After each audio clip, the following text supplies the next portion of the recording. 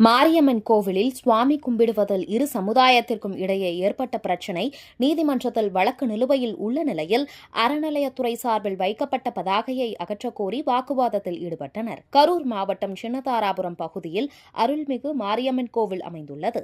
கடந்த 1973ஆம் ஆண்டு கோவிலை இந்து சமய அறநிலையத்துறை கட்டுப்பாட்டின் கீழ் கொண்டுவரப்பட்டது. இந்த நிலையில் கோவிலில் இரு சமுதாயத்தைச் சார்ந்தவர்கள் சுவாமி தரிசனம் செய்து வந்த நிலையில் இரு சமுதாயத்தின் இடையே சுவாமி கும்பிடுவதில் ஏற்பட்ட பிரச்சினை காரணமாக வழக்கு நீதிமன்றத்தில் நிலுவையில் இருந்து வரும் நிலையில் இன்று அறநிலையத்துறை சார்பில் கோவில் முன்பு சாதி வேறுபாடு இன்றி அனைத்து சமூகத்தினரும் கோவிலில் வழிபடலாம் எனவும் பூஜையில் கலந்து கொள்ளலாம் எனவும் கோவிலுக்கு வழிபாடு செய்ய வரும் பக்தர்களை தடுக்கும் நபர்கள் மீது காவல்துறையின் மூலம் குற்றவியல் வழக்கு பதிவு செய்து நடவடிக்கை மேற்கொள்ளப்படும் என வைக்கப்பட்ட பதாகையை அகற்ற வேண்டும் எனவும் கோவிலை நீதிமன்ற உத்தரவு இல்லாமல் திறக்கக்கூடாது என கூறி ஒரு சமூகத்தைச் சார்ந்தவர்கள் காவல்துறை மற்றும் அறநிலையத்துறை அதிகாரிகளை முற்றுகையிட்டு வாக்குவாதத்தில் ஈடுபட்டு வருகின்றனர்.